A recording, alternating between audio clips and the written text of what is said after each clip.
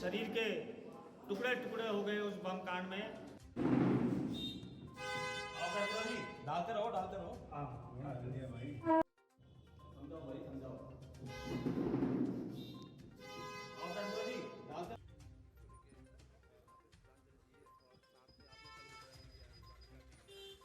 देखिए, आज हमारे भारत रत्न और पूर्व प्रधानमंत्री श्री राजीव गांधी जी की 34वीं पुण्यतिथि है। सन 1991 में एक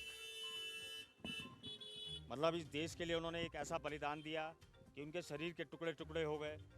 आज हम उन्हें नमन करते हैं, उन्हें श्रद्धांजलि देते हैं कि उन्होंने अपने प्रधानमंत्री कार्यकाल में जिस तरह से देश को विकास की ओर ले गए। उन्होंने लगातार विकास की कार्य करते हुए संचार क्रांति लाई।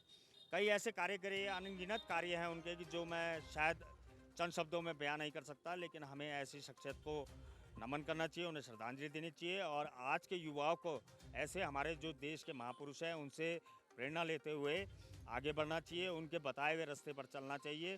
क्योंकि आज जो हमारे सामने जो हमारे युवाओं को जो इतिहास परोसा जा रहा है वो तोड़ मरोड़ के परोसा जा रहा है। असली इतिहास वो नहीं जानते हैं, उनको इन महापुरुषों का असली इतिहास जानना चाहिए और हमारे देश के विकास में जो उनका योगदान रहा है उसे याद करते हुए उनके बताए हुए रास्ते पर चलना चाहिए।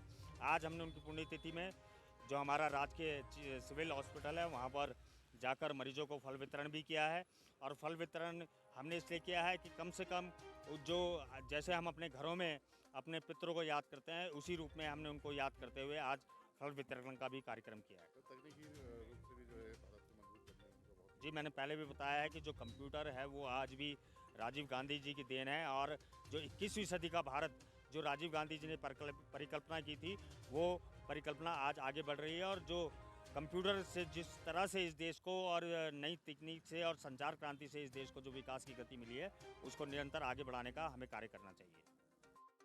सर्वप्रथम आपके चैनल के माध्यम से राजीव गांधी जी की पुण्यतिथि पर श्रद्धासुमन अर्पित करता हूं। आज पूरा देश जानता है कि राजीव गांधी का क्या योगदान इस देश के लिए रहा। जो आधुनिक भारत का निर्माण अगर किसी व्यक्ति के द्वारा किया गया है तो वो देश के भारत रत्न राजीव गांधी जी के द्वारा किया गया है। आज आप देखिए दूरसंचार क्रांति हो या लोकतंत्र को मजबूत करने के लिए जो 18 साल का मताधिकार का आपने हमें अधिकार दिलाया, इन सब के देश के पहल पे ही आज देश इतनी मजबूती से आगे बढ़ रहा है। और मैं यही कहना चाहूँगा कि राजीव गांधी जी के जो अधूरे कार्य थे उसी कार्य को अगर विपक्ष भी चाहे तो उसे पूरा कर सकता है ताकि हमारा भारत मजबूत हो सके और सबको साथ ले चले। और आप देखिए जो आस्था के प्रतीक आज हमारे रामचंद्र भगवान जी भी हैं, उनके भी अगर मंदिर निर्माण की कहीं से शुरुआत हुई तो उसकी देन भी राजीव गांधी जी को जाती है। तो मैं ऐसे महान शख्सियत को आपके चैनल के माध्यम से श्रद्धासुमन अर्पित करता हूँ।